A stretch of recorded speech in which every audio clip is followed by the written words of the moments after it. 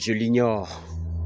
Si comme moi vous avez lu la plus secrète mémoire des hommes publiée aux éditions Philippe Ray et Jim San en 2021 et qui a reçu le prix Goncourt la même année au premier tour du scrutin.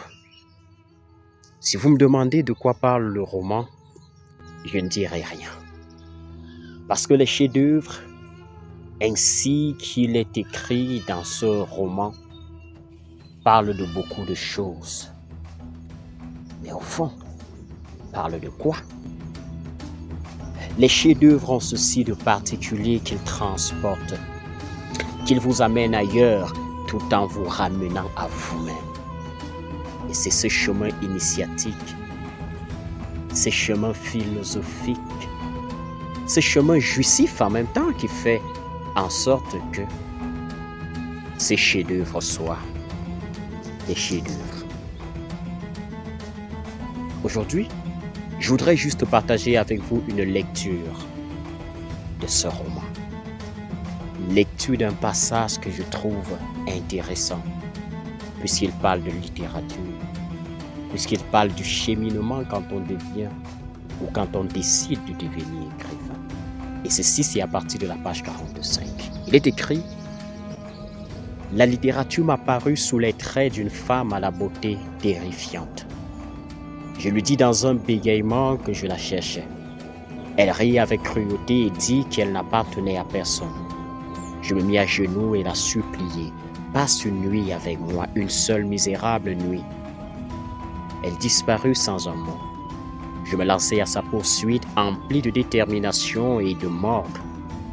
Je t'attraperai, je t'assierai sur mes genoux, je t'obligerai à me regarder dans les yeux, je serai écrivain. Mais vient toujours ce terrible moment sur le chemin, en pleine nuit, où une voix résonne et vous frappe comme la foudre.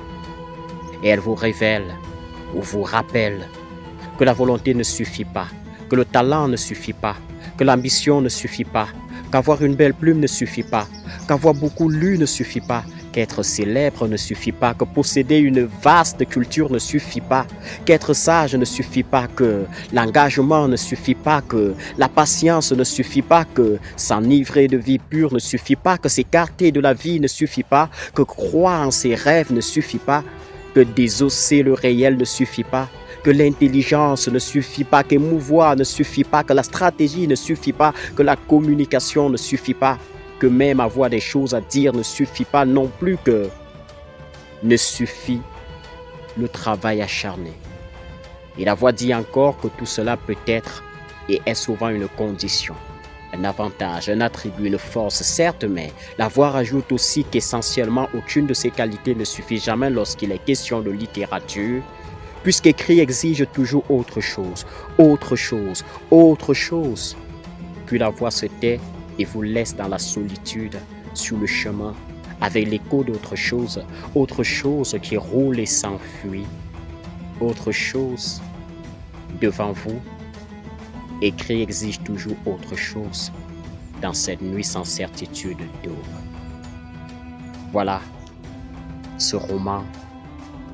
Je suis tombé sous son charme. Et je partage cet extrait avec vous parce que moi aussi je suis dans cette situation. Écrit demande toujours une chose, une autre, son contraire, le dead space, le retour en soi, le dépassement, le saut, la chute, l'obstacle. Mais il faut écrire, il faut écrire.